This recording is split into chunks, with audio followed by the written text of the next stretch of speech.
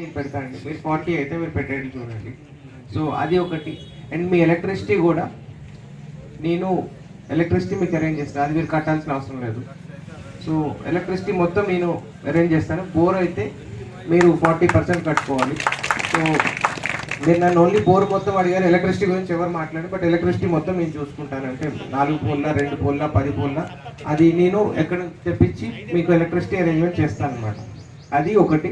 But ఈ బోర్లో అయితే మీరు కొంత లోడ్ తీసుకోవాలన్నమాట, 30-40% ఎంతో మీరు తీసుకోవాలి.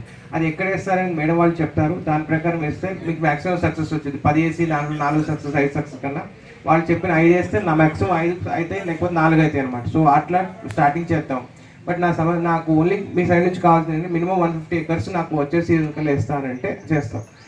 ఇంకొకటి, మీరు నాకు ఆ గ్యారంటీ ఇచ్చారంటే, ఇందాక మేడం చెప్పారు హార్టికల్చర్ ఆఫీసర్, మీరు ప్లాంట్కి 20 రూపాయలు కట్టాలి, ఎకరంకి 1000 రూపాయలు కట్టాలి, అది కూడా నేను జీరో చేస్తాను అనమాట. బట్ నాకు 150 ఎకరాలు వచ్చేట్లు చూడాలన్నమాట. ఎందుకంటే ఇక్కడ వేరే దగ్గర నుంచి డబ్బులు తెచ్చి మేము ఇక్కడ పెడుతున్నాం, మొత్తం డబ్బులు పెట్టాక మళ్ళీ ఫైనల్గా అవుట్పుట్ ఇది నాకేం రాదు, ఫైనల్ అవుట్పుట్ మీకే వచ్చింది. బట్ అది రాకపోతే ఇబ్బంది అవుతుంది. సో నేను మీకు కరెంట్ అరేంజ్ చేయగలుగుతాను. తర్వాత ఇది మీరు అయ్యేటట్టు చూడాలి. మళ్ళీ ఇది కూడా ఒక 6-7 నెలలు సంవత్సరం దాకా కాకుండా నెక్స్ట్ సీజన్ కల్లా వచ్చేట్టు మనం ప్లాన్ చేసుకుంటే నేను మిగతా మొత్తం నేను చూసుకున్నాను. ఇది మా సైడ్.